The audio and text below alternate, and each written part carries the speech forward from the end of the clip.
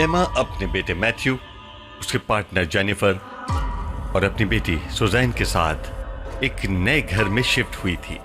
उस घर को उन्होंने जिस आदमी से खरीदा था वो इसे बेचकर भागने की जल्दी में था, इसलिए ये घर उन्हें काफी सस्ते में मिल गया।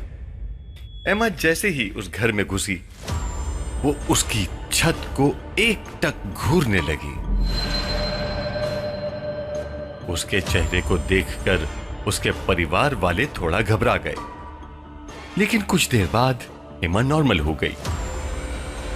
ये नया घर थोड़ा अजीब था और जेनिफर को यहां बिल्कुल भी अच्छा नहीं लग रहा था।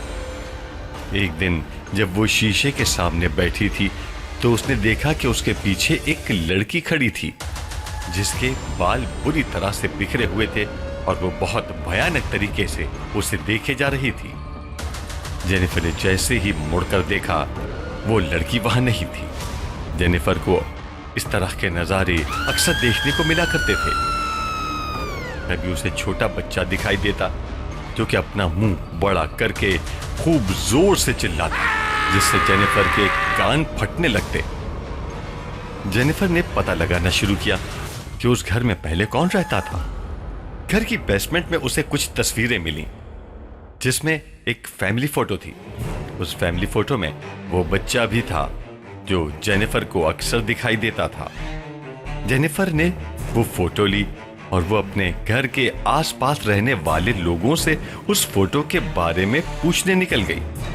आसपास के लोगों का कहना था कि वो घर क्रस्ट है और इसकी वजह से उसका मालिक उसे इतने सस्ते में बेचकर भाग गया था। बहुत वक्त पहले उस घर में एक फैमिली रहा करती थी। उस फैमिली में एक हस्बैंड, वाइफ और उनका एक छोटा बच्चा रहते थे। वाइफ का चक्कर किसी दूसरे बंदे के साथ चल रहा था और ये बात उसके हस्बैंड को पता लग गई। इस वजह से उसके हस्बैंड ने अपनी वाइफ को बहुत बेरहमी से मार डाला। उस बच्चे ने अपनी मां का खून होते हुए देख लिया और वो चिल्ला चिल्ला कर भागने लगा।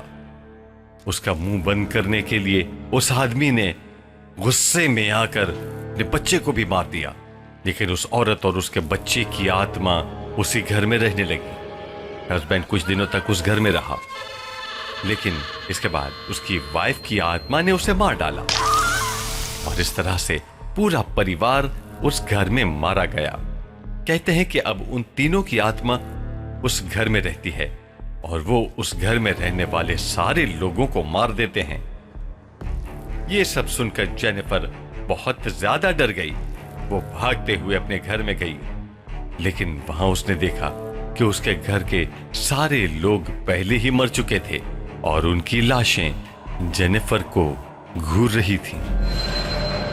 जेनिफर डर के मारे छत पर भागी, लेकिन वहां भी उसे बहुत सी लाशें दिखाई दी। सारी लाशें उसकी तरफ बढ़ने लगी और जेनिफर उनसे दूर भागने लगी। जल्दबाजी में जेनिफर का पांव छत पर से पैर फिसल गया और वो नीचे रोड पर गिर गई और एक तेज स्पीड में आती हुई गाड़ी ने उसे टक्कर मार दी और उसकी ऑन द स्पॉट मौत हो गई।